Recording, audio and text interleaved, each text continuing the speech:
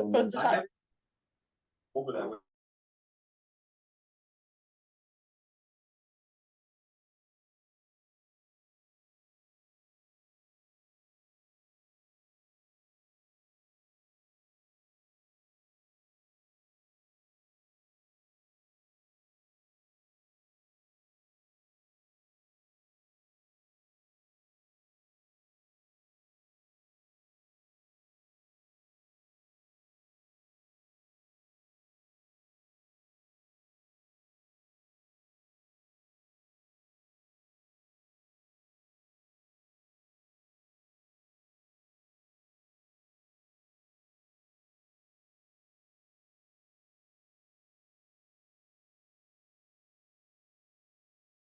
Meeting to order. 6:02. Where's mine? In your packet. Tim, will you open with a word? Please. Lord, may we come in this evening hour as we gather here together. May thou give us wisdom as we participate in this meeting. Give us to do what's best for ourselves and for our children. Forgive us of every sin. Remember what we have forgotten. Bless this great nation. This we ask for Jesus' sake only. Amen. A review and approval of the minutes. We had a couple, that's the the agenda we need to fix, but, anybody have a problem with the minutes? Could I have a motion to approve them as printed? Support. All those in favor say aye. Aye. Opposed. Agenda edits. Yeah, We just added two we just have pieces. two things. They're not like anything big, just updates. And we can talk about them more when we get there, but Gonna say, where'd you add them? Which ones? at the did you- bottom under operations, they're in bold and it says election candidate interview questions. So just something to add to the bio so that we get a little more information about all of our candidates. And then we wanted to give you all a tree sale update since that's gonna go live before our next meeting. So I wanted to make sure you guys got all the information. Is there a motion to amend the agenda? I make a motion to amend the agenda as printed. Is there support? Support. If I can find it. It's been moved and supported. All those in favor of amending the agenda? Say aye. Aye. Opposed. Public comment. Is there any public out there with us this evening? I have comment.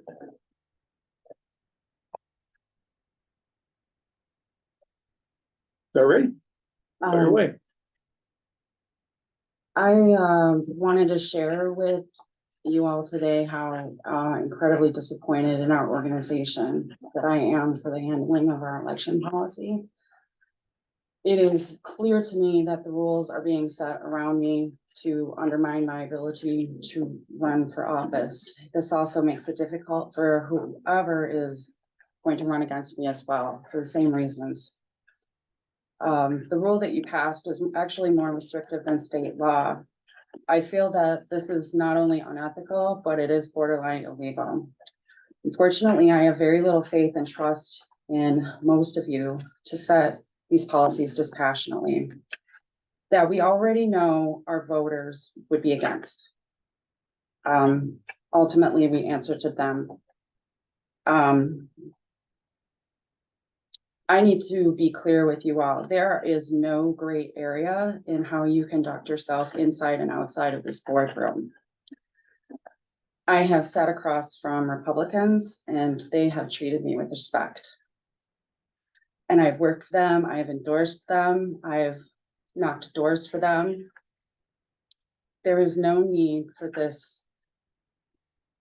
the way I'm being treated in this boardroom. In my opinion, it's just blind hatred and it's also destructive. Matt, I believe you lack the empathy and wisdom needed to lead our organization. I have major concerns about your leadership. I know I'm not the only one that feels that way, but I'm probably the only one that's willing to say that. I have been threatened with lawsuits, censure. I even once heard from another board member that you were planning on having me arrested. Is this how a gentleman behaves? I've been lied to, misled, manipulated, and excluded from important business where I feel your choices are lacking direction and at worst are encroaching on my personal rights. I really must beg you all to reverse your course on this election policy and to return, especially to return the 15-day request period back to our policy and not to make any more significant changes on the eve of our election. This is why I wanted to address this a year ago.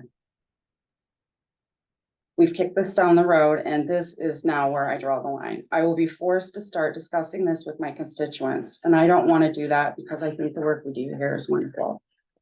So it's very hurtful to me that you all continue this way. Rivka, your vote matters.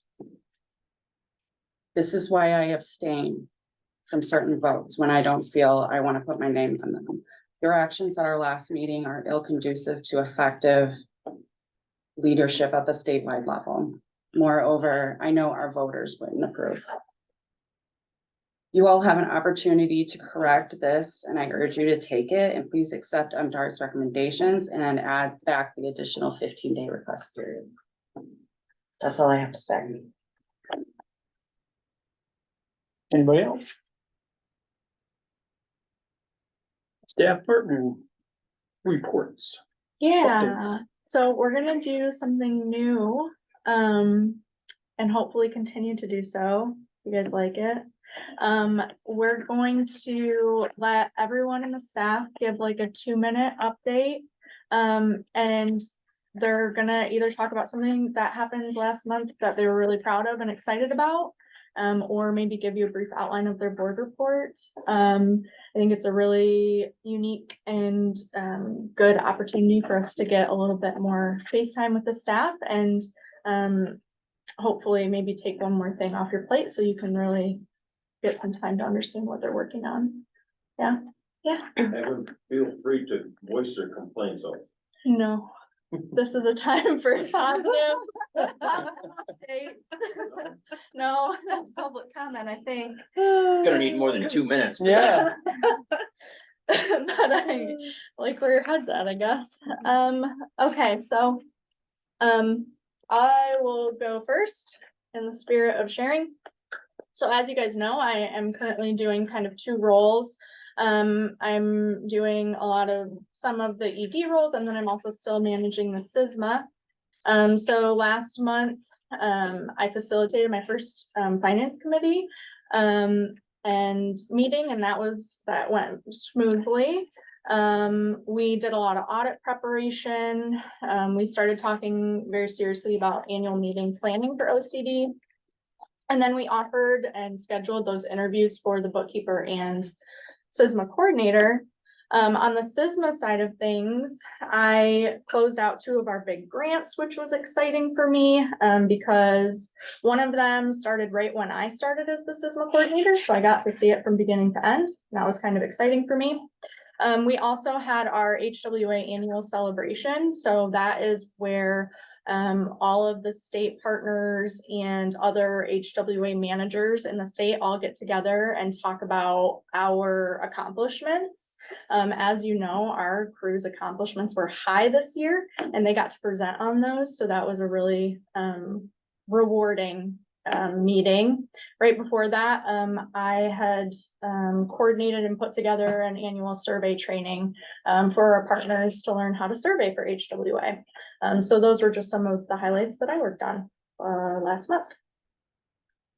I'll go next.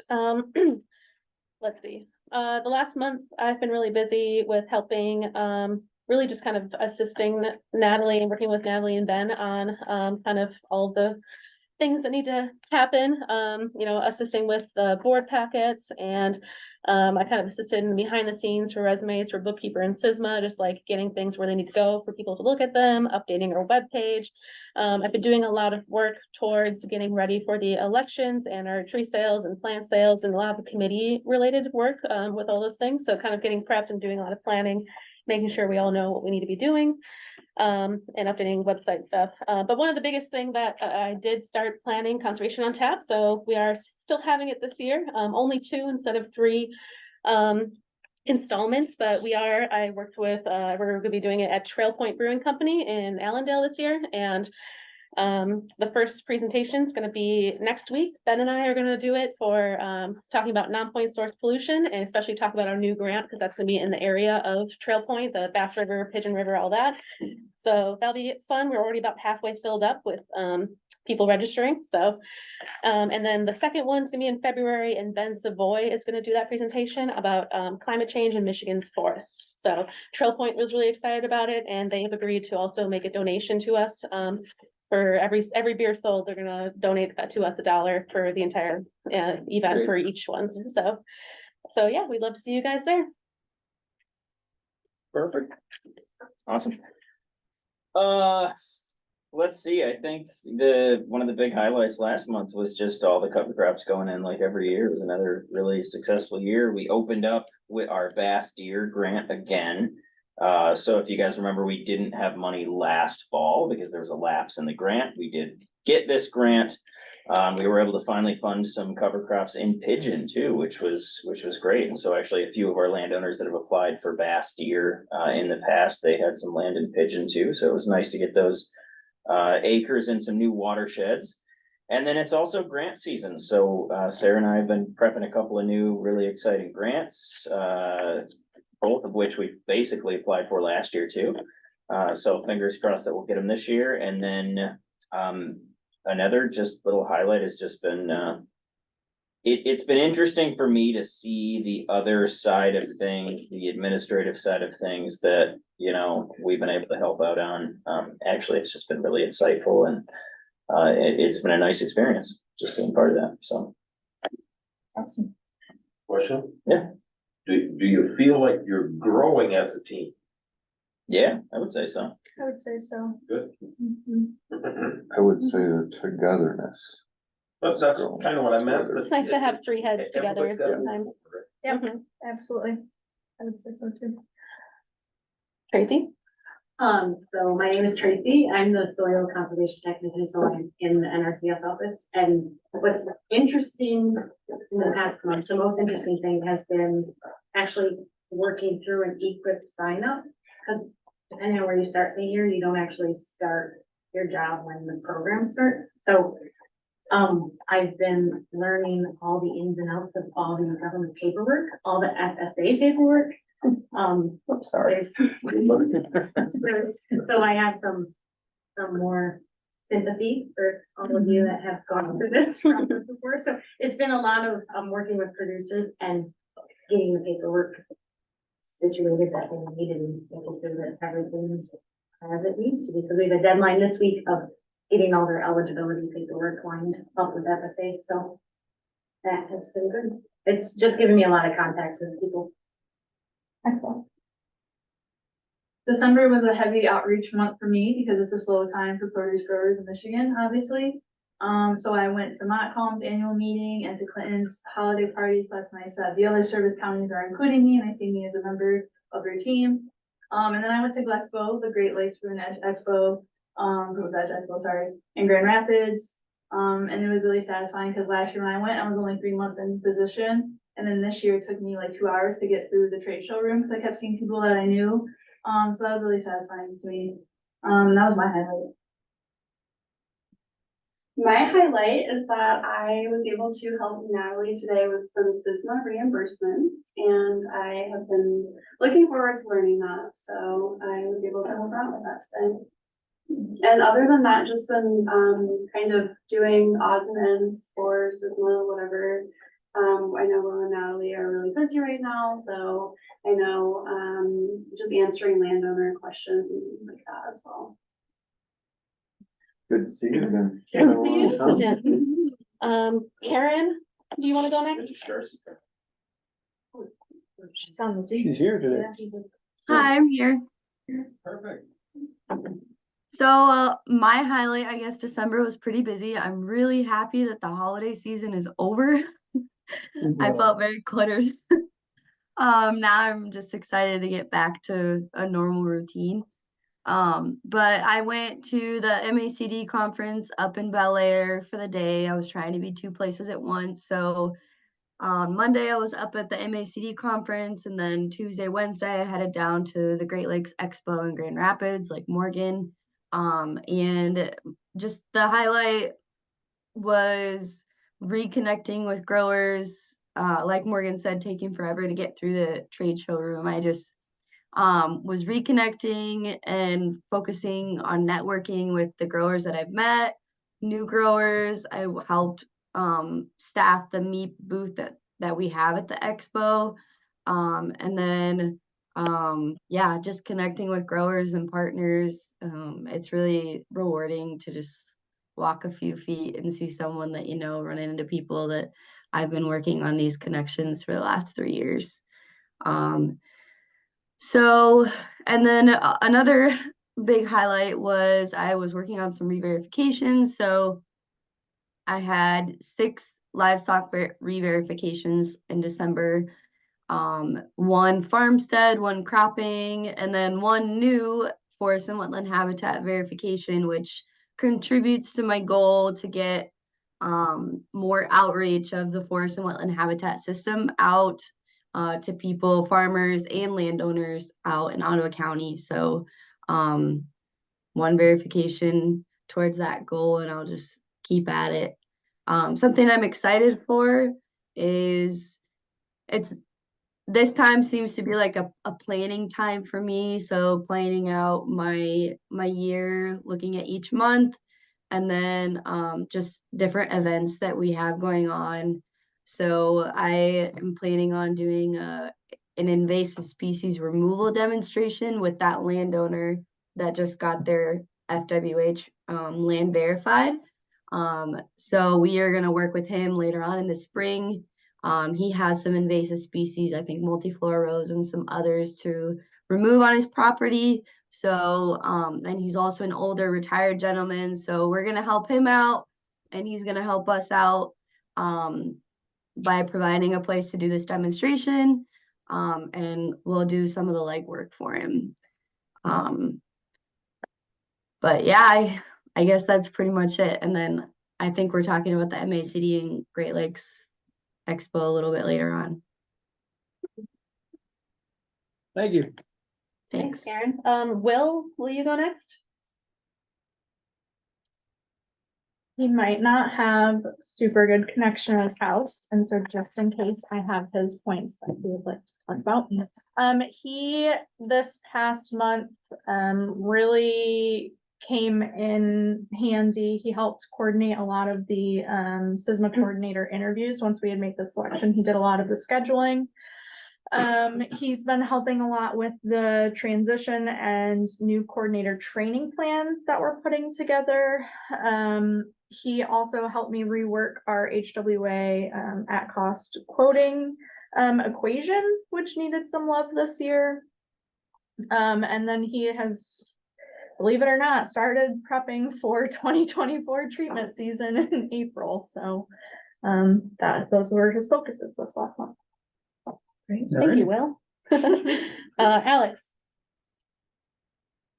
Yeah. Did I hear correctly? We're doing the MACD stuff later? Yeah. Okay, so just board report now. For RCPP, we are in our 3rd sign up right now for conservation funding. Kind of hard to believe that we're in sign up number 3.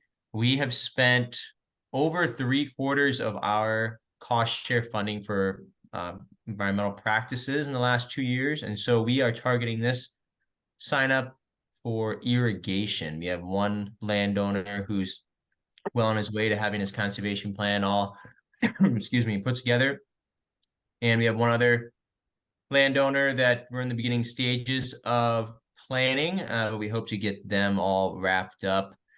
We got our ranking questions, which are kind of our guide for how our projects are scored against each other, all completed. And so the NRCS has those in their system ready to go. The sign up ends January 29th. So if you guys do know of farmers that have irrigation on their property, we would love to chat with them, and if it's not feasible to get them into this one, next year, we're going to be doing irrigation as well as the sole focus. For right now, looking into the future, February, March, I'm gonna be starting my reporting for this previous year. So that's mainly just documentation on the nutrients, sediments, pathogen reductions found in the watersheds, and the number of acres in each watershed that received cost share dollars. So that's going to take a lot of my time, but looking forward to seeing what RCPP has to throw at us here. Great, thank you. I have a quick question for you, Alex. Yeah. You said your focus is gonna be irrigation, so Mhm. does that mean helping with better management practices related to irrigation? Yeah, so yeah, first and foremost, it's helping the landowners to create a water management plan for them to keep precise records of their water usage, and then upgrade their efficiency of existing irrigation systems. So, for example, like a center pivot, the sprinkler heads over time, they just get corroded, they wear out, they no longer apply water uniformly. And so we go out there, we conduct a uniformity test, we figure out where they need to boost uniformity and where they can improve efficiency. And then we're able to cost share those upgrades. So that's kind of the blanket template, whether it's micro irrigation, solid state irrigation, anything. But yeah, they need to have an existing system already. We can't install new systems. So that's an important thing to keep in mind. If you guys do know, folks, we can't install new systems, just upgrades or more efficient systems. Thank you. You're welcome. I believe in the past, Sharcy used to give a quick little highlights, and Sharcy is back now. So I don't know if Sharcy, if you had anything planned or if you want to say anything. Well, hi, yes. I'm back from maternity leave. I didn't have anything really planned to talk about, but I'll just continue with the theme here of I guess it's my second week back, so helping everyone through applications. We're in the swing of all that, making sure the staff is trained up on how those operate. And one thing I'm really looking forward to is been working with Tracy and Sarah and some folks from Ottawa County to put on a cool outreach event highlighting our easement programs. So leveraging the county money, matching federal funds for the farmland preservation program, and then also the wetland restoration easement program. I really want to try and get that here in Ottawa County. We have soils that are high priority nationwide, our hydric soils, to restore them. So we're reaching out to some of the blueberry farms and trying to get that program ramped up. So looking forward to seeing you all soon. I decided to just join this meeting from home this time. So, but I'll see you in person soon. Thank you. Okay.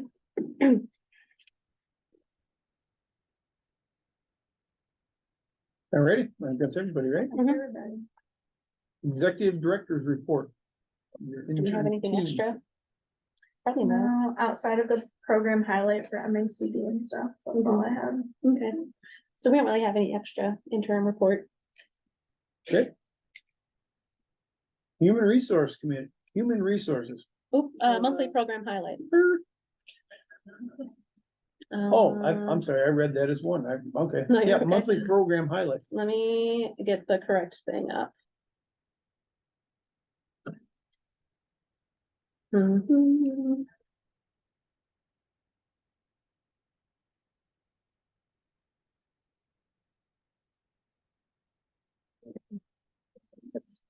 Sorry, I got too many things to open on my computer apparently. Last thing. I don't know where that goes. You don't have 30 windows open, are you actually working? Yes, it's called being organized. Joel, nuts. Can I move this? Okay, oh, for some reason this is in the middle and I'm not sure how to move it. We'll just go to the first one. Okay. There we Yeah, go. so I guess I'm starting off. I attended a lot of beginner farmer and agritourism sessions because honestly, the most tangible benefit of the produce safety program is the marketing logo. And so I try to target more public facing farms because that is the way I can kind of sell it as of now. So I attend a lot of them and I made a lot of good connections for new people, but also people I am already familiar with. And then I attended the produce safety session because I didn't go to last year's and I get to hear my MDR counterparts talk. And you can see how they present their programs to growers in general. And then I tabled at our booth as well, where we had a donut on like a really gross harvest bin, and somebody actually came up and like took it to eat, and we were like, oh, that's been sitting there for a day and a half. Someone just takes- Yeah, she just took it, and I was like, it's for me, and then just Oh. it is, so it was funny.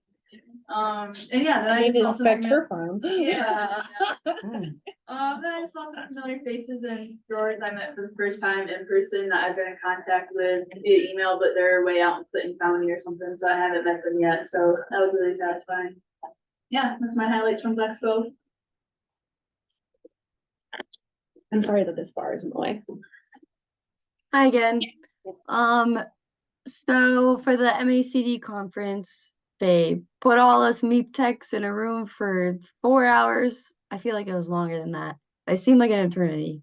And we talked about database inventory items. So when I go and I do a farm visit, collecting numbers such as how many gallons of fuel, how many acres are covered under pesticide and fertilizer applications. And there's a whole comprehensive list. But what this training was about was helping us figure out how to determine what those items include. So there might be a lot of convoluted questions and of would it be this acreage or another? So they really just helped cleared up a lot of questions that we have when we are collecting that inventory, those inventory on items on the farm. So then with that, the data can be more clear and more accurate and representative when we are reporting our final inventory on their verification visits, which then that ends up reported to the legislators of how's the MEAT program doing in the state of Michigan. So it was very informational, very helpful. Would have been nice to have when I first started. I figured a lot of this stuff out in not a roundabout way. But yeah, so then the Great Lakes Expo, like I said, focusing on networking and connections for me. I helped staff the meat booth that we had at the trade show. Got intake forms for new leads and people that are interested in the program, touched base with people that are kind of slowly moving through the program. And then I helped organize a grower panel as one of the sessions at the Great Lakes Expo. So we pulled a bunch of different growers together, greenhouse, fruit, small urban farms, to talk about what their experience has been with participating in the MEAT program. And we also had a verifier and a technician on that so that everyone could kind of weigh in on what that process is. It was actually very nerve-wracking and exciting because at MDARD, the bureau or the department that MEAP is managed under, there's been some restructuring. So the new people in our department, we switched over to the pesticide division. They came to the Great Lakes Expo and they also came to our panel. I think at some point Tim Boring stopped at the meat booth to talk. So it was very exciting. But we're all on our best behavior and talking about how our years went. So, and then on the educational side, I kind of focus mainly on greenhouse and apples. I worked with quite a few apple growers in the county. But I also know that the greenhouse and nursery side of things in Ottawa County is very untapped. So I'm trying to work towards that as well, understanding more about that industry and those products so that I can have a better common ground with those growers when I work with them. So yeah, it was great. All right. Thanks, Karen. So this was my first MACD conference, and as a very brand new executive director, I personally felt like I got a lot out of it. One of the sessions that I found most valuable was a networking session with other district managers. So they put us in a room and put us into groups and then had like a facilitator for each of the groups where they asked questions like, what went well for you this year in your district? And then we'd go around and say something that went well or something that didn't go well. And I found it valuable because one, I felt like I got some good ideas for like outreach and how to engage our community a little better and how other districts are doing it. I also found it a little bit validating that we all kind of have a lot of the same struggles and challenges that we're facing. And then lastly, out of that whole thing, because of our FAP Forester that we share with Barre Conservation District, I got to have breakfast with Allegan and Barre Conservation District's district managers and making those connections while I'd worked with them in my SISMA capacity, but making that connection as a manager for a district was valuable because now I feel like I can, if I have a question or a need, I can go to our neighbor and ask. And for somebody new, that is really useful, I think.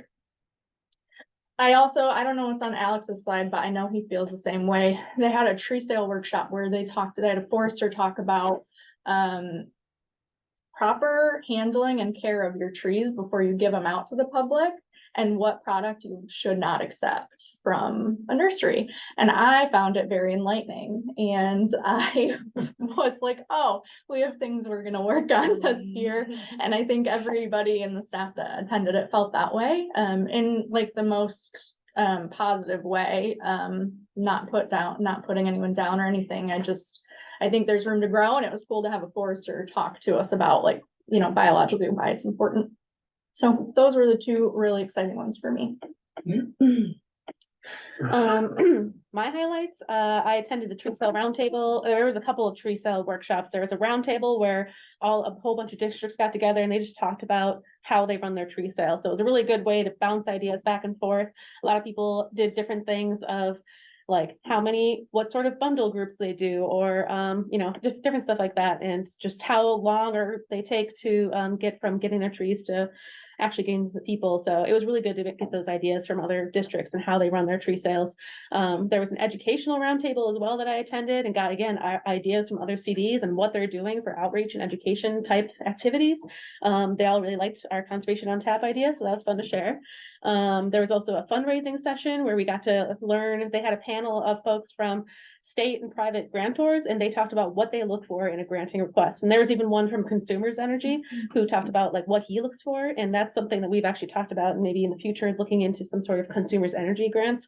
So it was good to hear from him kind of like what they look for when they're looking at grants to support. And of course, just networking with other CDs is always really good because you just learn a lot and get other ideas. And one goal that I have is that for next MACD convention, I think that OCD has a great capacity to give presentations as well. I mean, they accept abstracts from the conservation districts, and other employees are usually the ones giving these presentations. So I would love to see OCD giving 1 or 2 or 3 presentations, because I think we have a ton of knowledge to offer, and we haven't really participated in that in the past. So that's my goal for next year.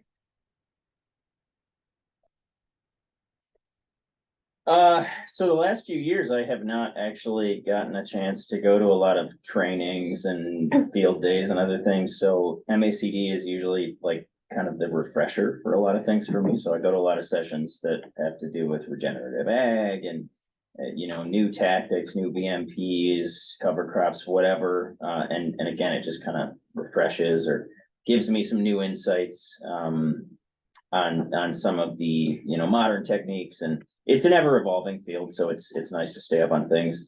Also just a really good talk, one of the keynotes was a forester that talked about his 36-year career in forestry, and it kind of it's nice to be refreshed and reminded that things like this can actually be a long-term career, because sometimes in natural resources it doesn't feel like that. So it's nice to hear things like that remind you.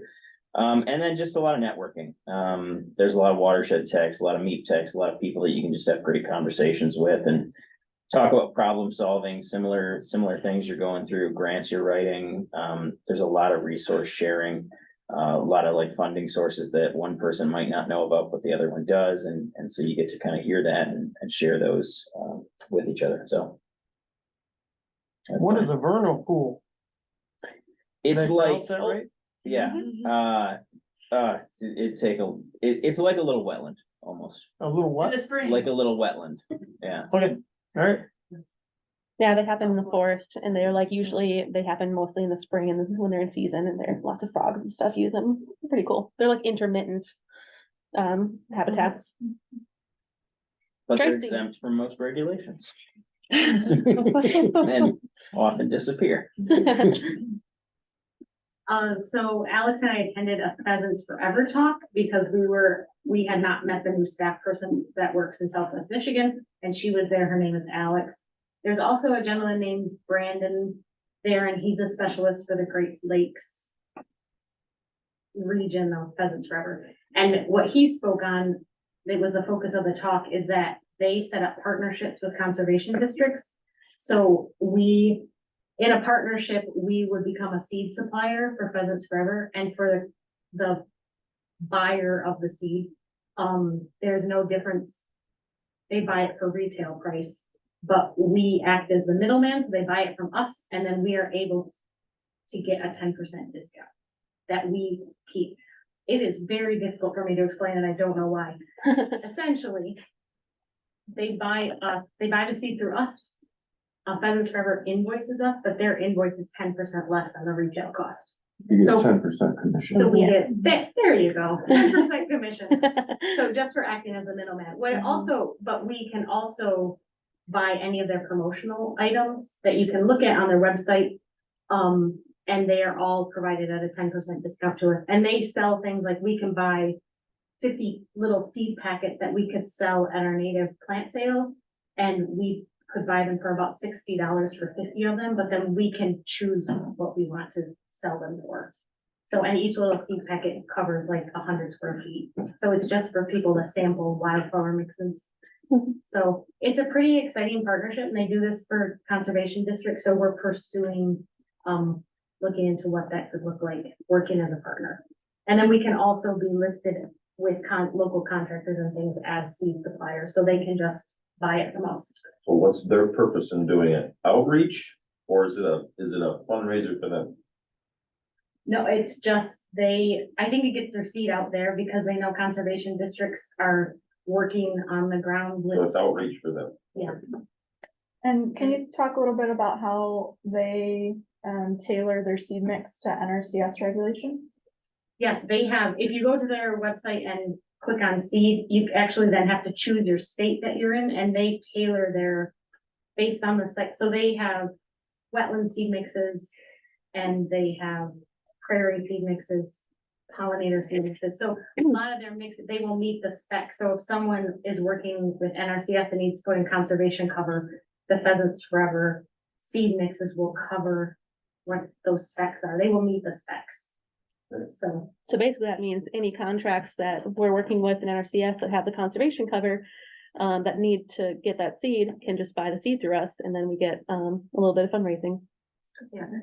And we're looking into, I put it up there, they have little, they have conservation clay pigeons. We were joking about having a clay pigeon fundraiser. Might be liabilities there. You make them in a little clay pigeon, so you end up dispersing seeds all over. So there's a lot of different ways that we can get seeds in people's hands.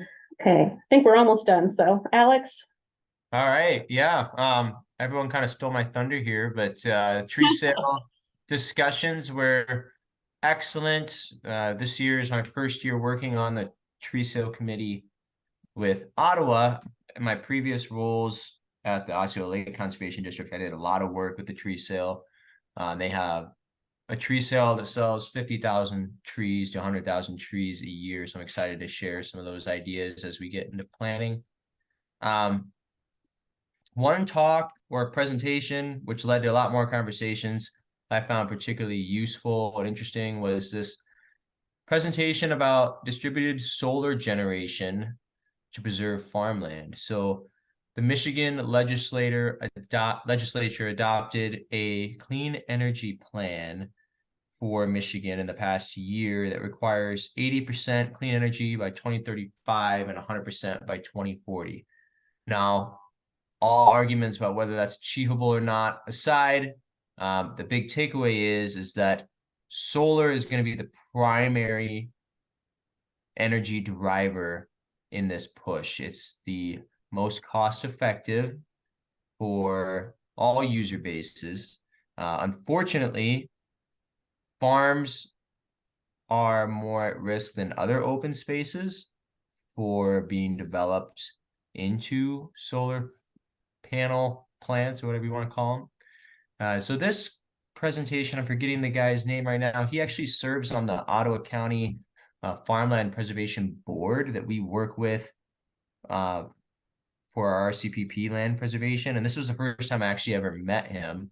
And he was discussing ways that solar panels can be incorporated into farms now rather than wait until they're bought out, and ways that townships can adopt more user-friendly easements and stuff like that to mitigate loss of farmland. So I was able to pull some other info together on this. In the next couple of weeks, I can share that with you if people are still interested. I know I don't have a slide, but can I give my? yeah, I think that was it. So state council met prior to MACD meeting. We had some great updates from NRCS and MDARD.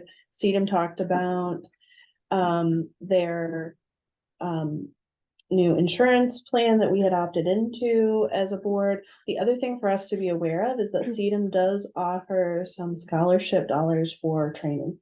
So that is something that we can tap into as a resource to cover some of the training costs for board development, whether that be MACD or any other training opportunities that we need, because our employees that have that membership in CEDM, those are open dollars that are available to us. Some of the other things that were talked about, NRCS is going to be hiring gangbuster coming up here. So talking about how we mitigate NRCS and other townships, and as we've experienced here at Ottawa, taking all our conservation district employees. So one of the things that MACD is working on really heavily is getting conservation into people's heads as a career choice earlier. Doing a lot of career fairs and visits to colleges to talk about conservation careers and opportunities. So that is something that MACD has been working on really heavily in the last year and will continue. Envirothon is also restarting this year. Because of everything going on with a change in executive director leadership, etc. You know, this year, and because it's happening very quickly, this year is probably not an opportunity, but something for us to think about as a board next year. If we want to work with a local school to sponsor an Envirothon team, I think that could be a really good public outreach, as well as fulfill our educational mission and be more visible in the community. If you are interested in learning more about Envirothon or volunteering, the state competition is going to be at MSU. And they will definitely need volunteers to come help out. So board members, if you would like to come, we have a reason to be there for 2 days because May 18 is the legislative day for MACD.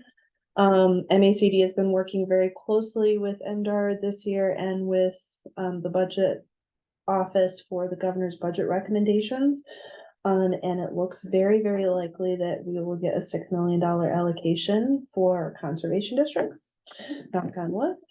So we should have the official budget recommendations coming up pretty soon for that. Additionally, at the meeting, there were several resolutions that were discussed. If you guys want the more lengthy language of the resolutions, I can send them. The ones that passed were basically all minor resolutions having to do with election of new board of director members and state council members. So adding some additional appointment options, trying to help out districts that either don't have a board member or we have one conservation district right now that doesn't have a board, period, that we're trying to rehabilitate into the conservation world. There were a couple of resolutions that did not pass. Both of them were about trying to change the language for conservation district law. One of them to do with the Open Meetings Act. So that primarily, it was interesting because it was a UP conservation district that brought the resolution forward, but they ended up voting against it after the discussion amongst all the conservation districts. John Switzer from MDARD was there and was able to provide some really helpful context. So something for us to be aware of as a board, if we ever want to craft a resolution locally that we can work on pushing up the chain, is that anytime we open that bucket of addressing the law, the whole of it is open to negotiation again. So in order to say we want UP districts to be able to have virtual meetings and virtual votes, that requires a change to the Open Meetings Act, means every single part of the Open Meetings Act and every single part of conservation district law is now open for renegotiation, which is generally something we don't want to do. And that was kind of the conclusion of all of the conservation districts after kind of lengthy discussion about the pros and cons, and everybody understood. We understand that this is onerous and burdensome, particularly to our northern counterparts, but the risks of messing with the law far outweigh the potential benefit. And it would be unlikely to pass without other partnering organizations who have similar goals. Providing legislative assist. So it was really valuable, I think, being able to just talk to other directors, understand what's happening on a bigger picture kind of way with conservation district law and partnerships. I always get a lot out of the sessions. I always learn something new, usually several somethings new. And as everybody else has said, the networking is really helpful. And just to connect with other board of directors, other districts, and both feel encouraged in those areas that we're having the same problems, and also be a little proud of ourselves because we're actually doing a really good job in a lot of areas. Ottawa County is definitely seen as a leader in conservation, and I've had people suggest already outside of our organization being like, some of your guys should be up there talking. So think we can make that happen. So, yeah. Any specific questions? That was like a summary of like me sitting in a chair for about 20 hours. So Congratulations on the new job. yeah, well, that's separate. That happened after this. So I'll save that for my 2 minutes, but okay. Covered everybody, didn't we? Think so. Alrighty. Now I can go to human resources, right? Yeah. I'll let you and Rivka handle that. Doug and Rivka can chime in. It's actually a Natalie one there. Well, I mean, the three of you. So as far as the coordinator, I just wanted to just updates. We are going to have interviews tomorrow and Thursday.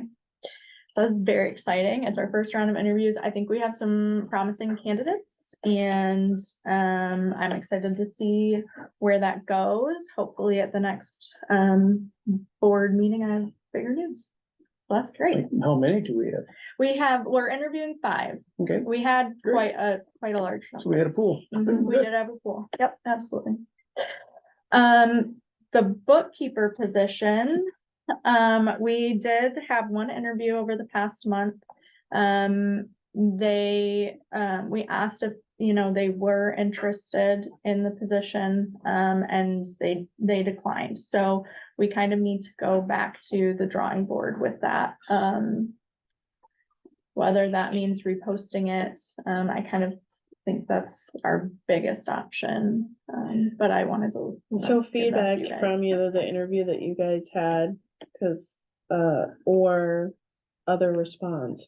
Do you feel like just reposting it as is going to get us a different response, or should we be looking at changing some parameters? There's Somewhere. a couple things, I think we can look at it a little bit on what we did in the wording. But I think now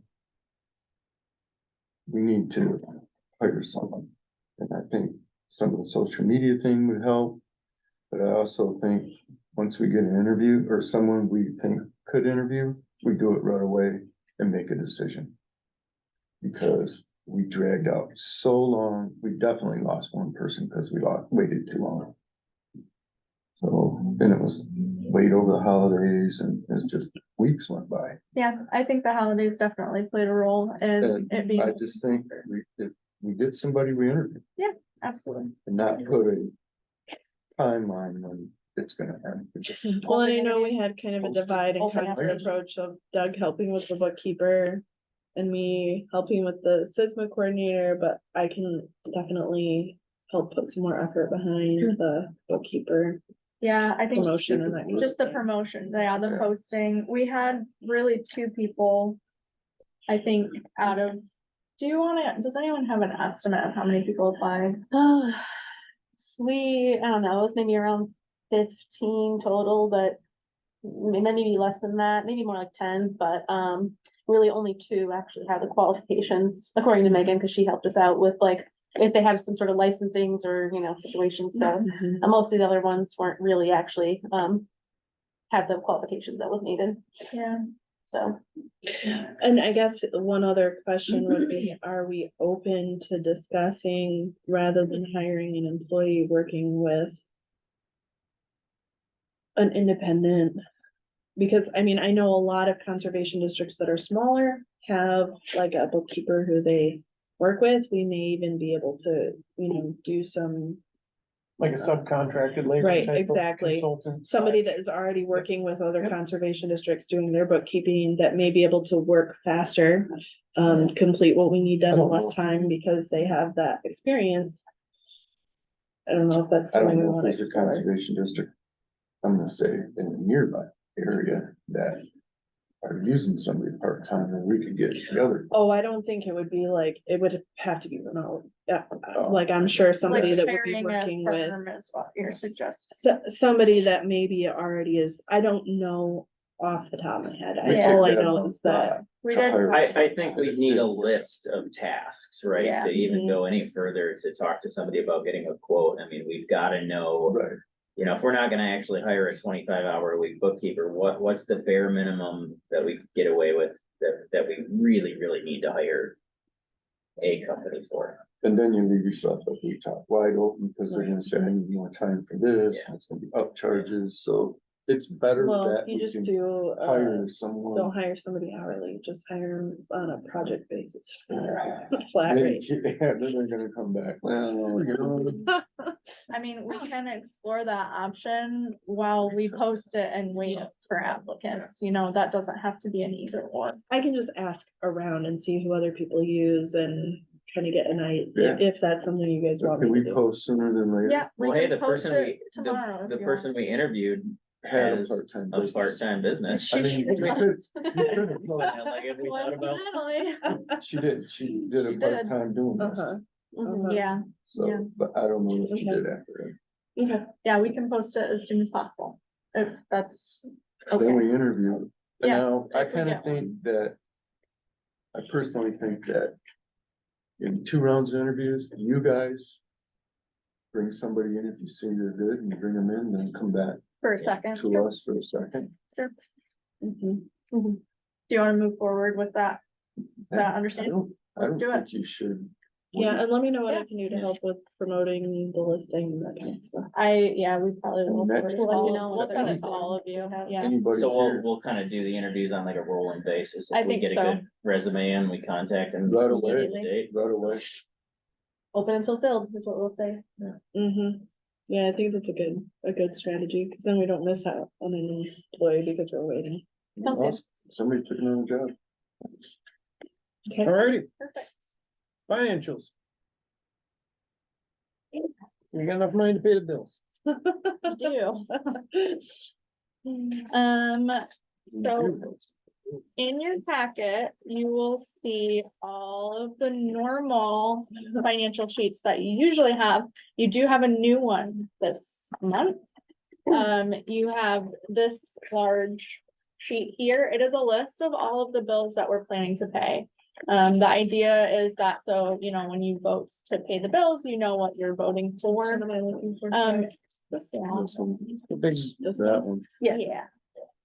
This format, this is the first time we've done this, so if you would like to see it in a different format, I would love your feedback. You just gotta tell me what you want and we'll make it happen. So those are all, going to be paid in some way by the checks that we're voting on something. You shrink it a little bit. Yeah, we can try to do that. Yeah. For sure. Natalie and I were talking, we vote and say, approve the bills, but really know what we're voting. Mhm. So this is it. We kind of talked, we're gonna miss a few things in the beginning. Yeah. But then we kind of said Natalie can be the one approving the check. Mhm. So we like this, we wanna keep it, is that what Mhm. our consensus is? But Yeah, more I think it's helpful. condensed Just- is yep. the feedback Okay. I'm hearing. Yep. Mhm, got it. You got what you need, Yep. I did. there's your feedback. That's great. Are there any questions on the financial documents? Do you want me to go through them? And we already have like 5 times. We have Yeah. gone through them, yes. I multiple can times. send you my typos later. I see two Please. already. I love it. Send them all. Yes. The comment that I read was that there was shortage of funds, but that was going to change. Can you explain that a little bit? Yep, so let me find the sheet you're talking about. Up in here, I think. Profit and loss. Yeah, so our profit and loss for, it's quarterly. So it's not that we have negative 74,000 in the bank. It's not like that. It's that we have put out all of those expenditures to pay our staff and support programs and pay our bills. And some of our grants are reimbursed on a quarterly basis. So now that we've spent the money, this next month will be spent, reimbursing it. Okay. So that number will change. And it just looks like that because it's the end of the quarter. Okay. Good. Any other questions? Yes. Okay, so we are moving forward on getting the bank situation taken care of. Huh? Which one? You're on the you're on the signature. Oh, side. that I'm missing, yes. Yeah. We're Yes. opening a savings account, but we're gonna put 20 in it, we're gonna put $500 in it. Start as a start. Yeah, Yep. sure, so- Yep. That's where we're at with that. Next, It did, it was a hassle. I'll say it.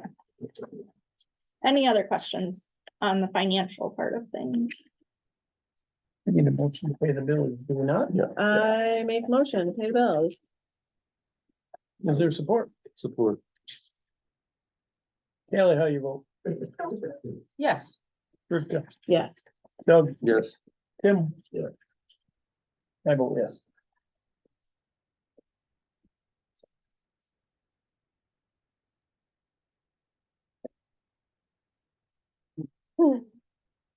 Well, but we're all done. Policy update. Election policy revision. You want me to provide some context first? With this, we discussed it thoroughly last month. Mhm. We have been contacted on a couple different points of what we're gonna call their recommendations. It's not, you know, we're not doing anything illegal or immoral. Mhm. So I guess, I would look for a motion. I guess I'm asking for a motion that we either leave the policy as we see fit from last month, or if we want to open it back up and go down that road and take the time to do it, I guess, all over. A motion can either dive us into it, or we can go with what we made decisions on last month. I would like, Recommend that we accept MDARD's revisions. can I make a motion too? Nope, there is a motion on the floor. Is there I support? don't think I Who's the- motioned, I think I Oh. said I recommended, I guess I motioned that we accept MDARD's recommendation. Because they're reasonable. Is there support? Yeah, I support. Okay, is there any discussion? So I know I just supported, but my only concern is about trying to adopt and make these changes right now, if it will in any way add to your guys's workload, structure, the things that are already in place, based on last month's discussion. Like, I Yes, think. yes, and yes. I think that it's really just changing the language of a couple of things on when stuff gets mailed out is really the difference, right? Just That's my to understanding. add to, I guess there was this, there's an additional email that was sent just today with an additional MDARD word edit that they provided, so that is not shown in this draft because we just got this today, so that would be potentially an additional edit. So these are all, So I guess my question then to backtrack, the motion that Callie made, is that to, and she probably wants clarification on this too. Is that for the sheet you guys are currently looking at, or does that include Jack's newest recommendation too? The way That I needs to be understand it, she clarified. made a motion to accept all of them. I think you should accept John's recommendations here, which is to not make anyone call back. And to. Who's John? John's solicitor. And to also eliminate this. Voters have up until 7 days prior to the election to request an absentee ballot by mail. So he struck this and changed it with, you know, the ballots can be mailed, but everybody has to be told that they will need to ensure that they return the ballot by election day, of course.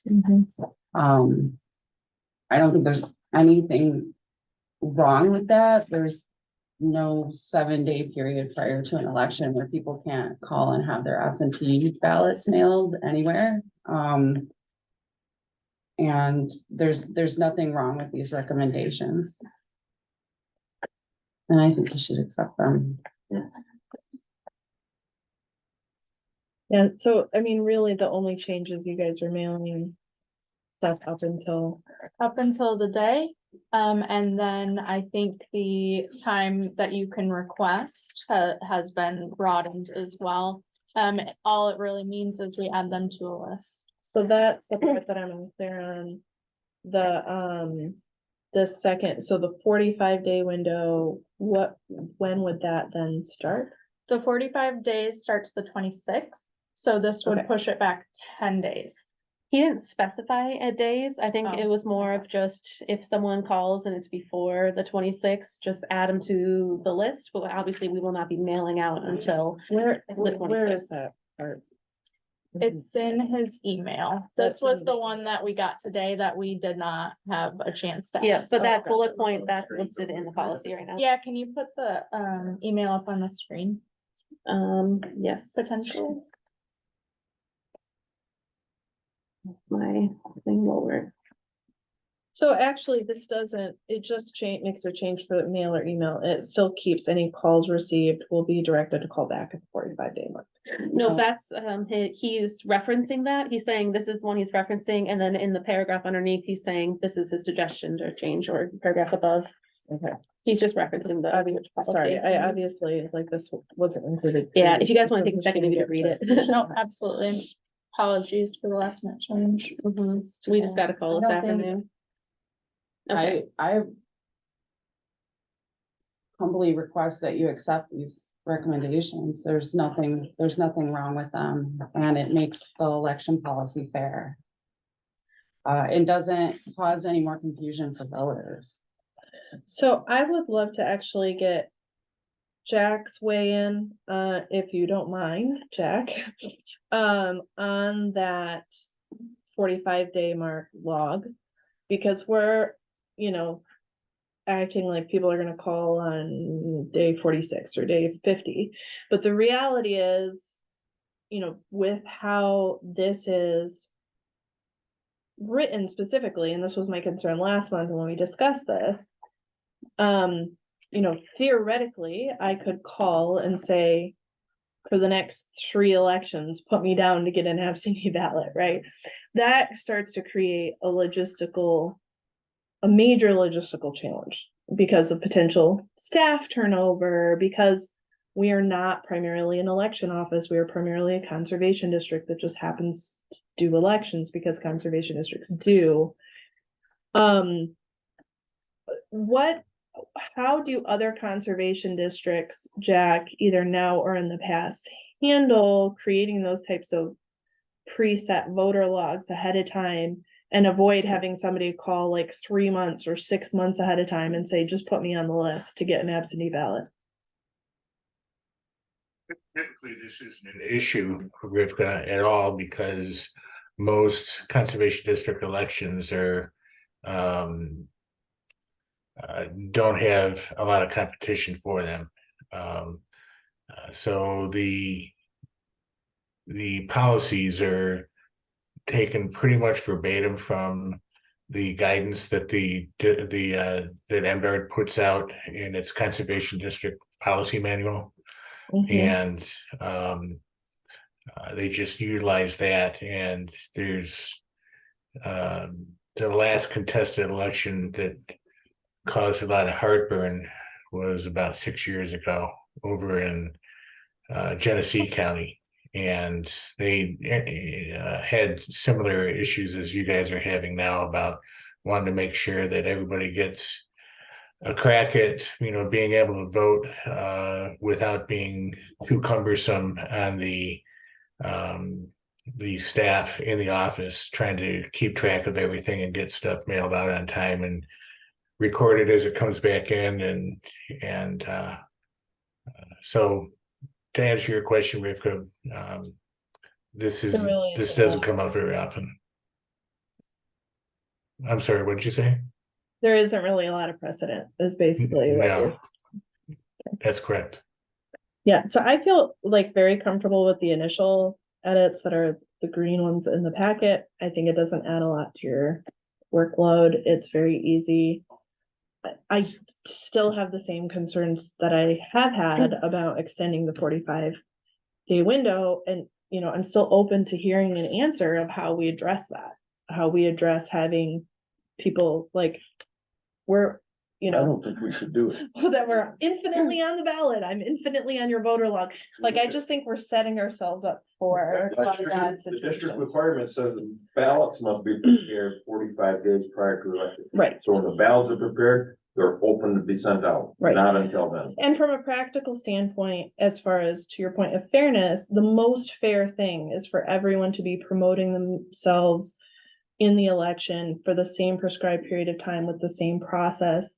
That's not going to happen if you have somebody who files on the deadline to run, which they absolutely should legitimately be able to do. And other candidates have already been campaigning for 6 months and have a huge voter log, especially with how low the voter turnout is for these elections. I think that actually makes it less fair rather than more fair, because it's giving different people, different processes, rather than just having a set period. So that continues to be my concern. Frankly, it open doesn't to- really matter how long the incumbent is allowed to promote themselves. That's the benefit of being an incumbent. There's nothing that stops me from promoting myself 6 months from now. No one 6 months ago has asked for a ballot. I think that's a myopic argument. Frankly, I've asked for, if you don't want to give 15 days, maybe give 10. The more you know about how many people are going to be asking for a ballot ahead of the 45-day window, the easier it will be for staff. Let me repeat that. The more you know about who's going to be voting in advance of the 45-day window, the easier it will be for staff. You can go ahead and pass this. I don't think you should. I think you should take my suggestions. I'm the one that's on the ballot. I think it's really unfair that you're not willing to listen to me about this. And, you know, I had a conversation with Mr. Schweitzer this morning and he agreed, which is why he sent that email. So I would appreciate it if you would accept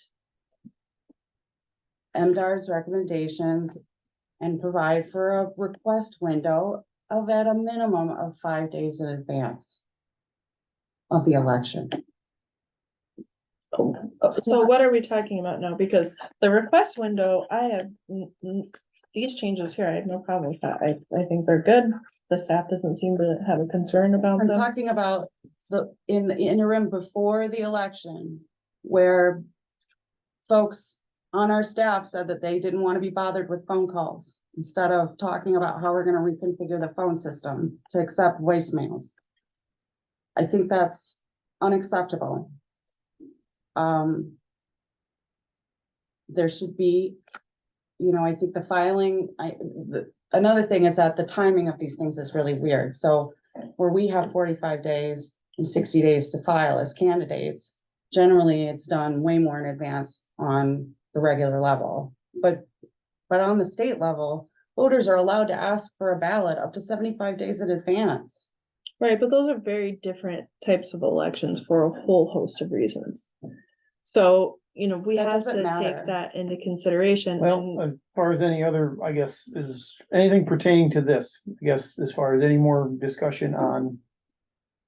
So my, It's all or nothing. I mean, that's the motion, is all or nothing, all. the well, and my recommendations. understanding that these were recommendations, because I didn't, when that motion was made, this was not sent out ahead of time. Yeah. Like, when I supported that motion, it was based on what was sent out in the board pack. Okay, you can go ahead and just rescind the motion that you just made like you did last time. Oh, I'm not rescinding any motion. I'm just saying, you know, if we're gonna have a vote on the whole thing, we're probably gonna end up in a situation where we have to make a second motion to come back to it. Okay, so it isn't every recommendation that MDR has sent to us? So the last one is thrown out? Cause we asked for a clarification and we said it was all of them that MDR sent us. That's fine. That's all of them. So. That can be a again, motion. The original motion. Yeah. That Callie made was for all recommendations, Mhm. including the email that we got today from John Switzer. Just want to be clear about that. That's our motion and that's what's on the table. Yeah. That's what we're discussing. So it's everything. Yeah. Good to, yes, good to have that clarification. So, is there any more discussion on this motion? I would just say, you know, because this just came at such a last minute, it would have been great to be able to have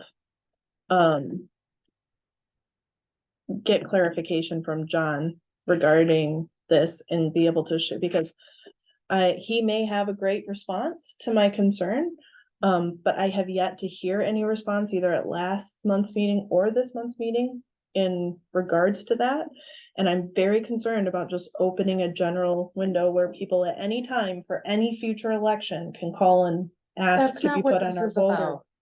That's what we're Well, the opening thing ourselves is, up to. That That's is what is what it says. possible according to the policy. That is just ridiculous. It's not ridiculous. I'm the one that's on the ballot here. This is completely unfair. Okay, hang on. We're not gonna get into an argument. Any more discussion on this motion? Do we need to hear the motion again in its entirety? No, I think. Do we all, are we all understand what we're voting on? hard to. I understand that. Yep. But that's gonna include just the 45 days? It's It's gonna gonna include include everything, it's gonna both, Oh, changes. the motion says everything.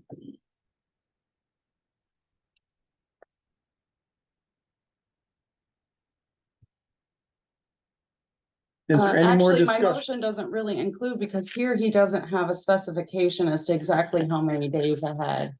He just says that he does not believe that a voter should be asked to call back.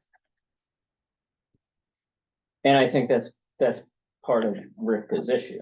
Is Right. if we were to vote yes on that recommendation, we're now opening ourselves up to an Well, then an specify open-ended the- thing. then does- The Specify motion does not 15 do days. that, Kelly, Exactly. we're voting on a That's- motion. That's the point of the clarification of the motion, is that if the way the motion is accepting all of MDRT's recommendations, absolutely, I mean, there's no way that I would actually vote to accept that So do as we that have to motion vote is. as is now, and then somebody can have a new make motion, yes, another, a that's new what I motion? was saying. Okay.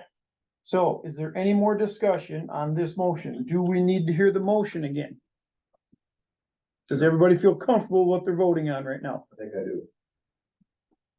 Doug, how do you vote? No. Rivka, No. Kelly, Yes. Tim? Does not pass. Okay, Go further. I make a motion that we do accept the recommendations in the edited version. via the board packet of the highlighted changes in this packet, excluding this email. Do we need to change the minutes to have? I mean, we voted on this policy election update. Right now. Mhm. Do we need? I mean, now we have another motion to go back in and discuss it again. Do we need, does that think need to we've be done on that there? I'm a pretty little confused. regularly. I thought we just voted to accept the recommendations by MDR. Correct, and it failed. Including the email. Yeah, the email doesn't really make a recommendation of any sort, Which but is why okay, we voted no on it. okay. So I am making an additional motion to accept just these updates that are in. Well, would you accept an Okay. amendment to have The motion hasn't request? been seconded yet, so we don't technically need an amendment. Technically, I believe. So your motion is My what? motion is to accept the MDR recommendations as presented in this. Sorry, I'm referring to physical things. I apologize, but in the packet sent out prior to this meeting. That was Support. helpful. Okay, now you wanna, I would if like there's to, no, if there's no support, then we don't need to make an amendment, we make another motion is what I'm saying. So now you just support it, now we gotta go back down that whole thing again. Now, I guess now, do you wanna amend her motion? I would like to amend her motion to include a 5-day request window. 5 days. Is that agreeable with the motion maker? Can you clarify what you mean by 5 days? 5 business days, so like. So I don't know exactly, the 26th, what day of the week is that? Is that a Tuesday? It's a Friday. So you would be able to make a request the prior Friday. So 5 business days. to be added to the voter log. Yes. So it's putting a finite limit on when these voter logs can be started. Sure. So how do I write that? I have the motion. How do I write in here? Well, a- someone needs to support my amendment. Okay, Well, that's not, you, Think so. no, I don't think I we need have to- to agree with the amendment. The motion because I maker has to made- agree with it.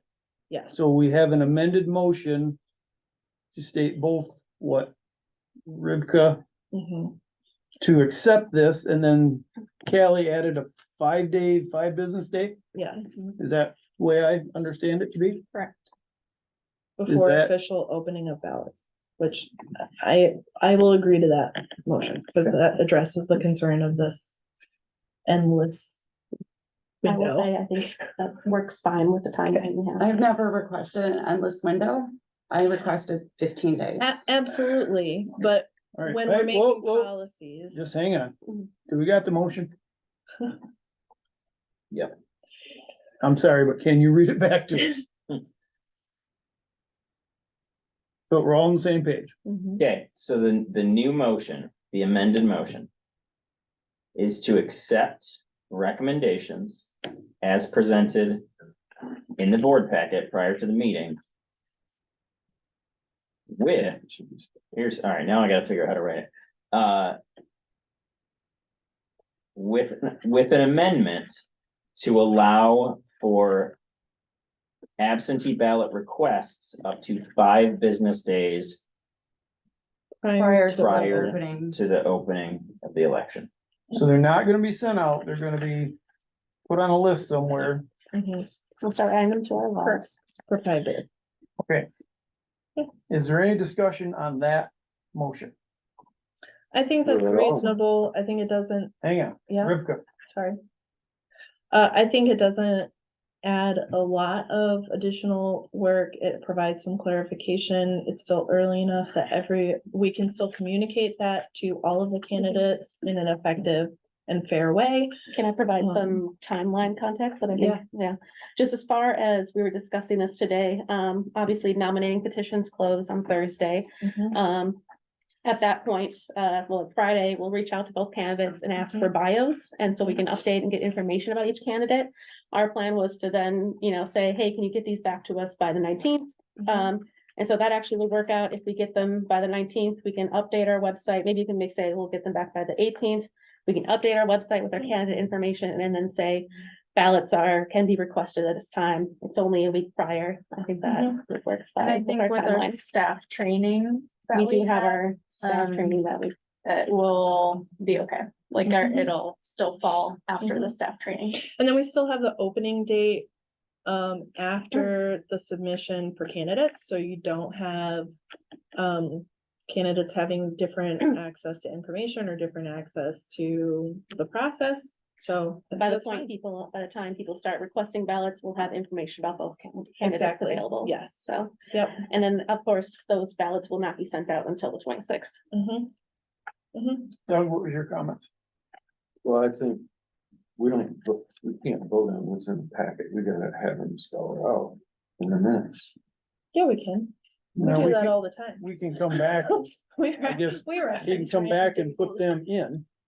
Cause it's not like when we vote on getting the bills paid that we have to enumerate in But, minutes what that is. Request ballots right up to the day of election. That's what this motion is asking to do.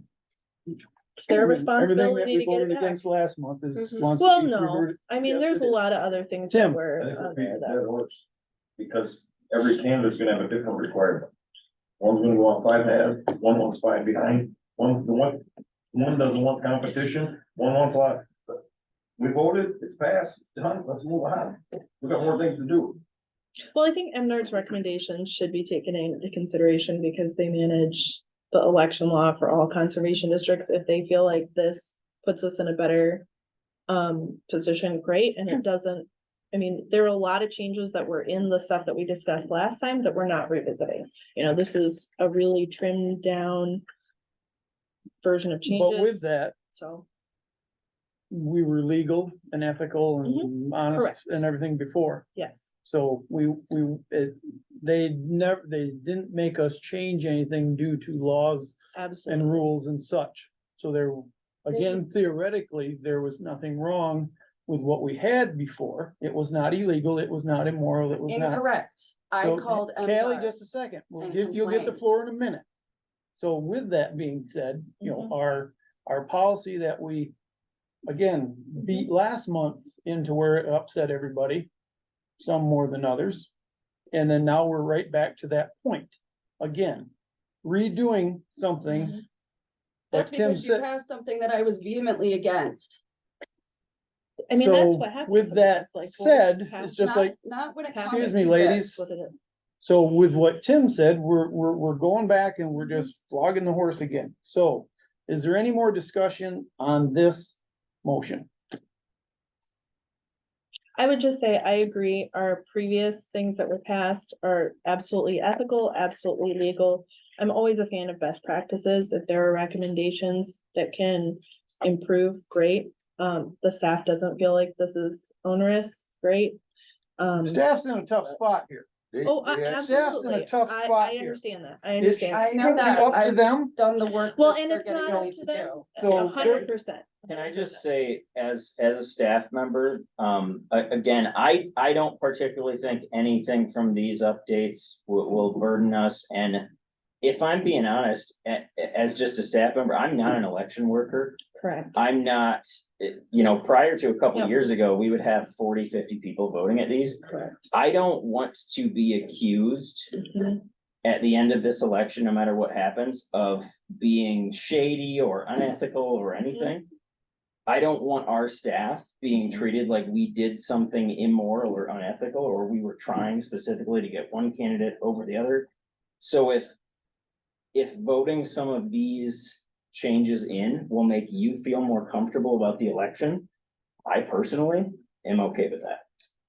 I would We have are been a not lot more trying to comfortable do, if I could have come to the meeting where we were all talking about this amongst the staff. I would have been a lot more comfortable then, and I wouldn't have had to go to the links to call MDART and let them know that about this rule. Well, again, to clarify, MDR did not provide us guidance that there's anything wrong with our current policy. This is suggestions for best practice. And we definitely can't, to your point, Tim, like, we can't every single time we have an election revisit the election policy. That's just We got one the year ineffectual. after. Exactly. I mean, that will just tie up so much time. That's why I asked a year ago for us to sit down and talk about this and to set up standardized policies and training and so on. We are I've doing been that. beating this horse for over a year, and now it's on the cusp of the election, and the law and the rule hasn't even still been set, because we're still The talking rule about has it. actually we been said it set. last month, This is but just, to. if Is you there want any to- more discussion on this motion? How do you vote, Callie? I vote yes. Rivka? Yes. Doug? No, Tim? I vote no. Okay. It does not pass.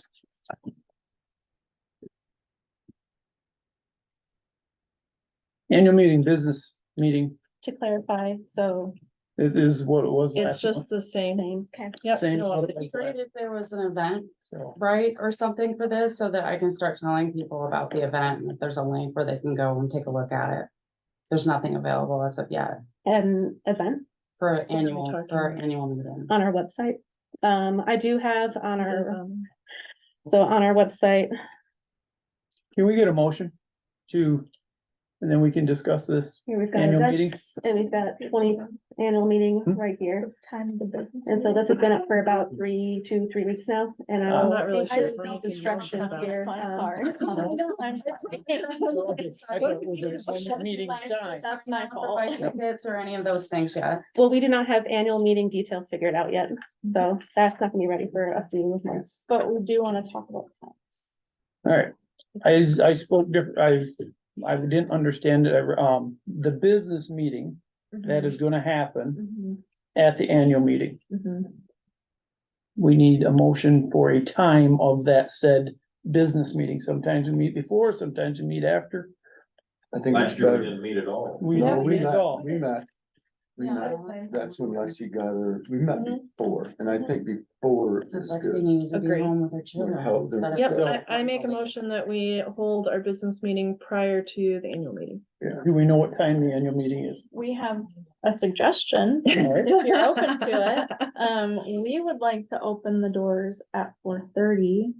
Would you like me to tell you a little bit about what we're envisioning for the annual meeting this Sure. year? Yeah, I let's don't do know if that. I don't know if we That talked may about it. enter into this. Yeah, that might help. So we're thinking, this is gonna, Sorry, is this count as discussion? Do I'm we have to sorry. have a motion to support? Just trying to be I consistent. think this is information. Okay. I'm not sure, Rivka, but I'm letting it go as information because Okay. it will determine what, I say it's what this context. motion is I gonna always be. envision the motion discussion as the discussion between the board members on the motion. Gotcha. Let's get the information and then we'll, I'm good with that. So we are hoping to have this annual meeting look a lot like, I think it was like 2 years ago.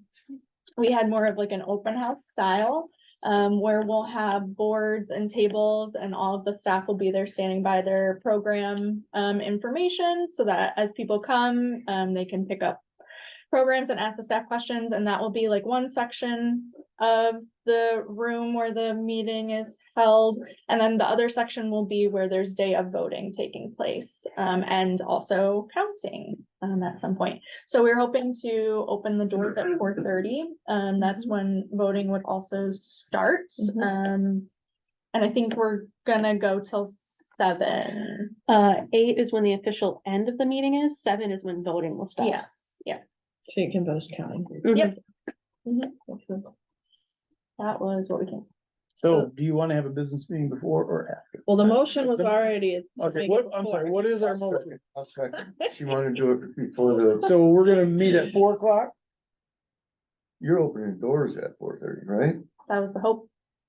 Yeah, we're just gonna have a quick huddle. a business meeting? Is there Yeah, we something in- do, Yeah, but there'll be some things. it's only gonna be 10 minutes. It's usually Right. just to pay the bills and things. Yeah, like we that. gotta Okay. approve the Can, bills. can we Okay. do that at 4:30 simultaneously to the doors opening? And take our 10 minutes before, I mean, I can't believe they're gonna rush the doors. I mean, you never yeah. know. Like everybody's wandering around, we always just moved into a corner, had a meeting for a minute. Do you need our help with anything at 4:30 on? I would doubt it. That's Okay. already go time, so the help's already. Cool. Should have Done. said that, hopefully. Then yeah, It'll work out. So our business meeting is gonna be at 4:30? And nothing's gonna really be on the agenda, so try to put it in next month. Will do. it can be long. Ben, did we get a support to that motion? Yes, Doug support. Well, Doug, so- yes, Doug did support it. Okay, so I'm treating what we just discussed as information. Yes. So Rivka, could you please give me your Let me official? restate the motion. Or Scar. I make a motion to have our business meeting at 4:30 prior to the official start of the annual meeting, concurrent with the doors opening. You still support that? Yes. Tim, how you vote? Yes. Doug, Yes. Rivka, Yes. Kelly. Sure. Alrighty, Okay, the next one. zip through them then, We'll girl. all do our best. So the election candidate interview questions, I alluded to this.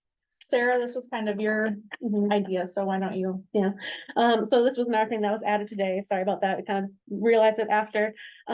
For information for people who are voting, we wanted to have, instead of just a simple bio, we wanted to maybe ask a couple questions so that people can get some answers on, what our candidates are interested in and what they would want to do as a board director. So this is draft questions. Can get information from you or I can get input from you as well. This is more of like an outreach technique sort of to try and have folks get to know our candidates a little bit better. So currently what I have listed as a bio is obviously your name, maybe a brief professional or volunteer history, a couple bullet points about your experience. First question would be, why do you want to be an Ottawa Conservation District Board Director? The next one is, what skills or experience do you have that would make you an effective board director? And third one is, if elected, what would be one of your goals for the Ottawa Conservation District? So that just makes people, they can look online, we'll have that posted to our website. And people can take a look and see, learn a little bit more about, each candidate's goals and what they might bring to the table as a board director. So, and it also gives us more information. Thanks for it. And so if there's any suggestions on questions or anything like that, I don't think it needs to be voted on because it's just like a marketing information outreach. I think it's great. Pre-sale. Yeah, Ben, that's your up. Oh, man, pre-sale is, coming up in April. We met, was that yesterday? Sure was. Oh, man.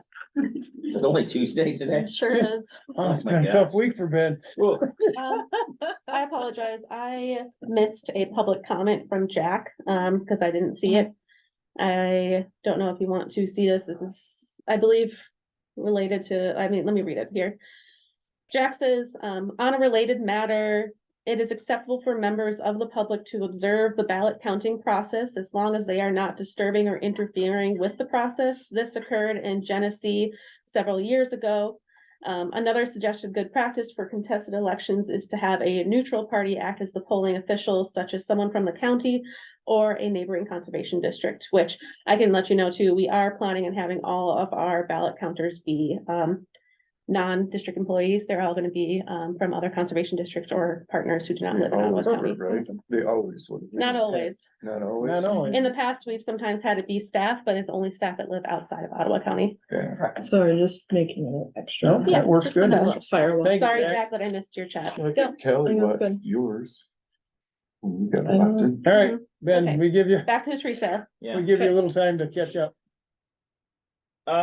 Yeah, so we met yesterday, kind of just, so all three of us were not really heavily involved in the tree sales in the past, so we're kind of playing, catch up's not the right word, but we're just trying to figure out how this process works and what we should kind of be doing step by step. So yesterday when we met, we got a good, game plan in terms of, we're gonna be going over our quantity of trees that we've ordered. We're kind of reviewing some of the invoices from the various vendors that we bought trees from. Game planning when we're gonna pick those trees up, and how we're gonna kind of set up the volunteer and the employee tree wrapping day. We did toss around the idea, so in the past, that week, typically the Friday of tree sale week is the sale itself. And then how we would do it is we pick up trees on Monday.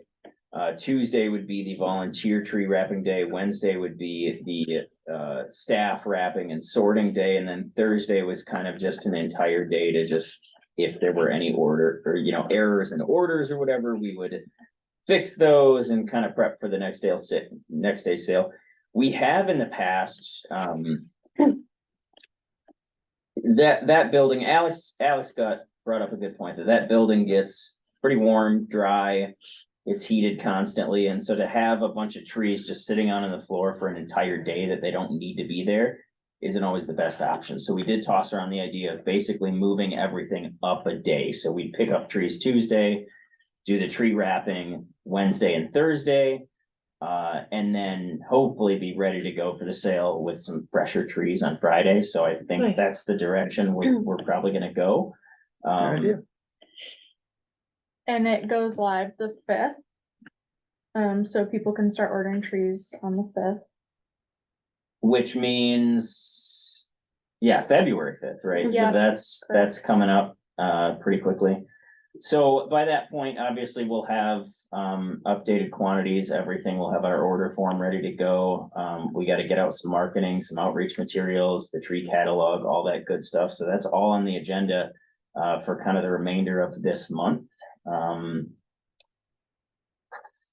What else did I miss? Everyone has their tasks. Yeah, I think one big thing too for this year is that we're hoping to get as many, I think, volunteers as possible to help with tree wrapping. That would definitely Yeah. cut back on our expenses of staff helping with tree wrapping. So any expanded volunteers, so once we get that information out for the volunteer day and everything, if we can get more volunteers to help out, that'd be great, because then that means it's less cost for the staff to Well, do it. and the sooner we have it, I know last year we could have had more Black River students if we would have had a little farther advance notice. So, definitely as soon as. Yep.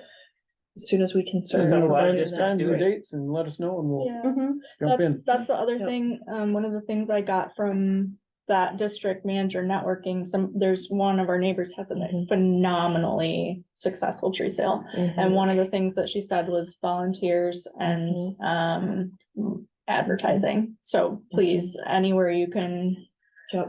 plug our tree sale, Mhm. plant sale. We'll send out Yeah. all the marketing information Yeah. once it's all prepared. And it'll all go live on February 5th. Yep. So we'll have website up, things, we'll have Facebook events, all kinds of good stuff. Awesome. Alrighty, Okay. the meat letter, did you guys get a chance to peruse I that? think this looks fantastic. Isn't that cool? Looks Karen great. put I don't that even together. have any typos She- to mention. Oh so. my goodness. Anyone that becomes meat Nailed verified. Karen provides this letter to them from our district board of directors, and she was kind of like, hey, I think someone should be signing this, and I need to fix that, and so. I think it's a neat idea. Yeah. She contacted me this year and we're gonna go with, instead of just rubber stamping it or it's a ditto, I mean, we can sign them at the meeting, so it's a personal, Yeah. you Love know, it. it'll be wet ink on there when he gets it type of there, when they get it, the Yep. farm gets it. Love. So I think Love, that's, love, love. I think that's a neat idea, personalizes it a little more. Yep. Tim, can you give us a Ford Focus update? Yeah, did we sell it? I'm sorry, Natalie, will you No. give us a Ford Focus update? So, yeah, I'll be speaking on behalf of Will, who's been kind of managing this process. We've had a lot of clicks on the listing. It looks like we've had 7 people inquire if it's still available. We've price dropped it since we last spoke about it. It's now 3,500. It's we did renew the listing to keep it active on Marketplace. And as we gauge interest, we'll continue to change the price, I guess, until we. How long has can it been on sell there? it. Since our last board meeting, Okay. 2 months. 2 months? Yeah, All right, Any offers? I was gonna say, yeah. I don't believe so. I think. You we might, if it's on Facebook Marketplace, you Like might it wanna once take the tonight, listing right? down and put it back up, because I know, Oh, like- like stale to. like if, when I Even buy renewing a lot of cars on Facebook. Like, I won't even bother calling or looking at a car that has been posted for more than a week, cause I just assume it's either sold and they forgot to update it, or there's something really wrong. I do remember Will saying that because it's got transmission issues, he thinks that's scaring a lot of people away. Yeah, yeah, it's got something you Yeah. gotta fix, yeah. Yeah. Are you open to an offer? I'm just gonna say, are we accepting Because I offers? come to a vote tonight if I offer.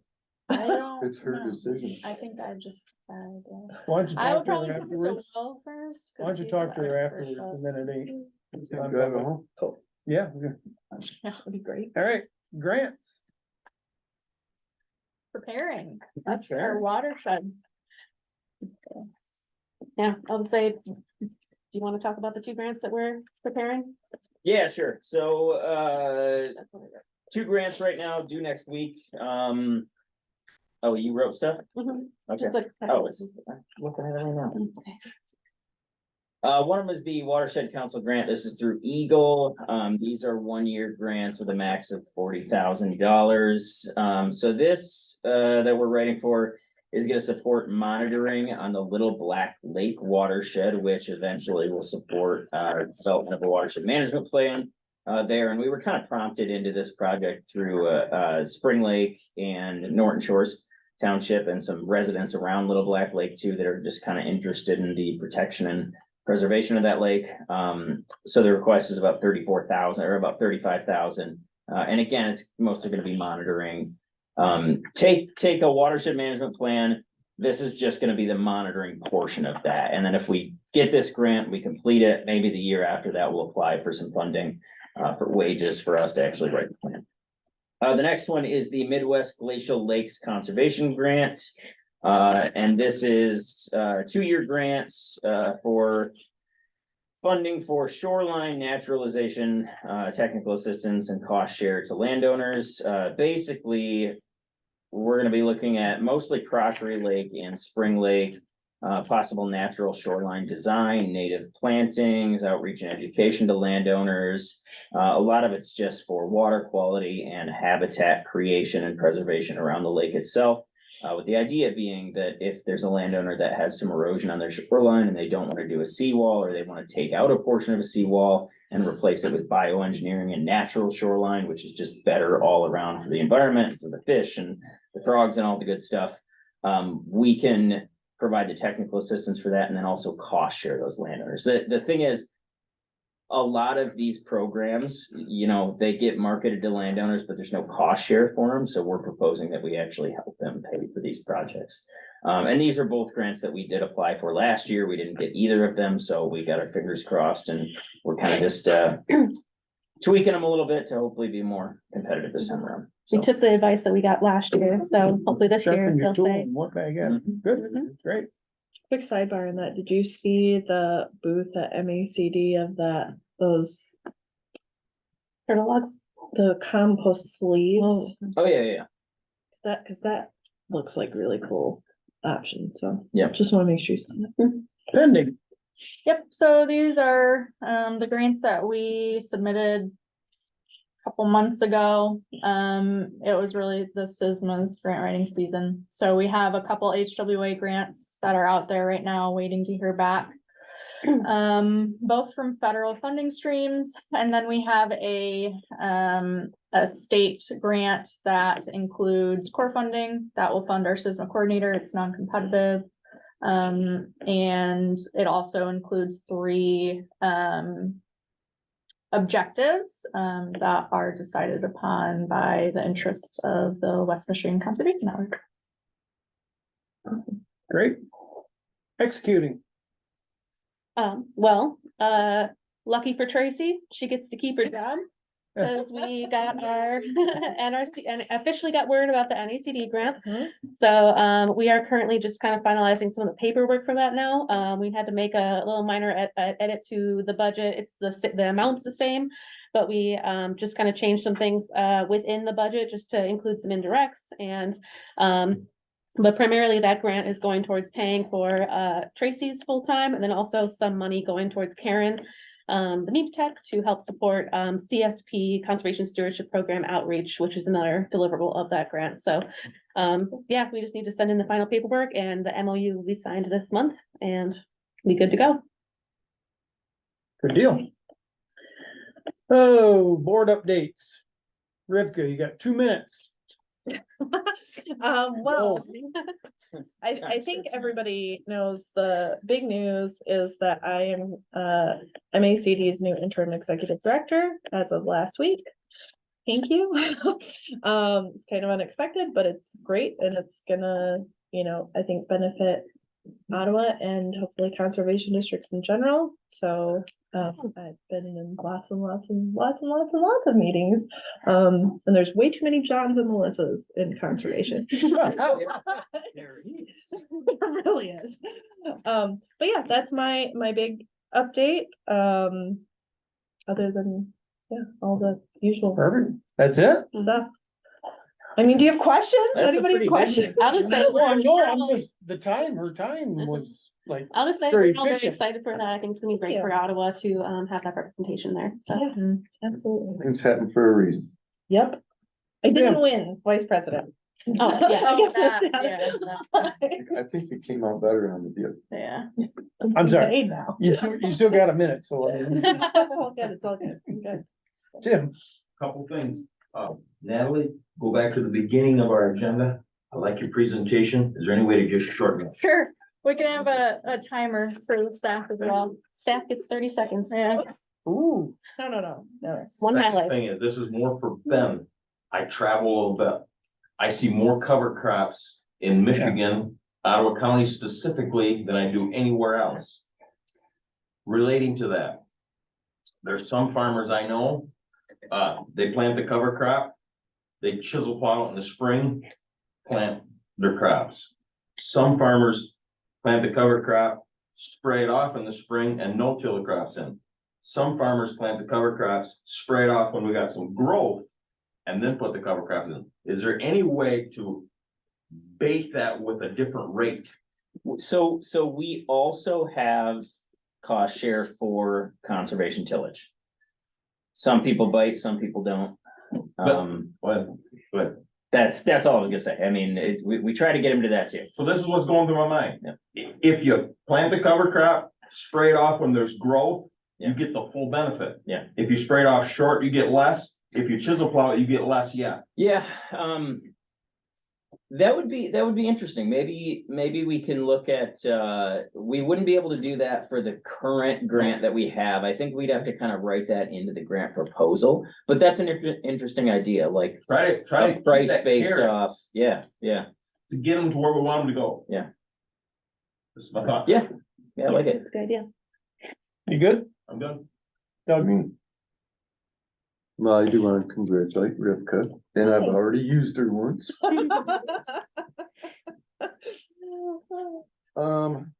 I've been working a lot with Sarah, Ben and Natalie, mainly on the bookkeeping and finance committee quite a bit. Worked on Tracy, talked about Tracy's grant a little bit, and that's about it. I really feel confident about the things they're doing. And like these guys said, 3 heads are better than one. Nothing against Megan, but I think they're doing a great job. And making ours a lot less needed, lighter, lightening the load, I should say. So, I think they're doing a great job. Keep up the good work. Kelly, I graduated with with my master's, Congratulations. That's awesome. A lot of hard Yeah, work. what is the master's? public administration. Exciting. I'll start at Cherry Health in about a month. It's a big deal. good deal. Matt.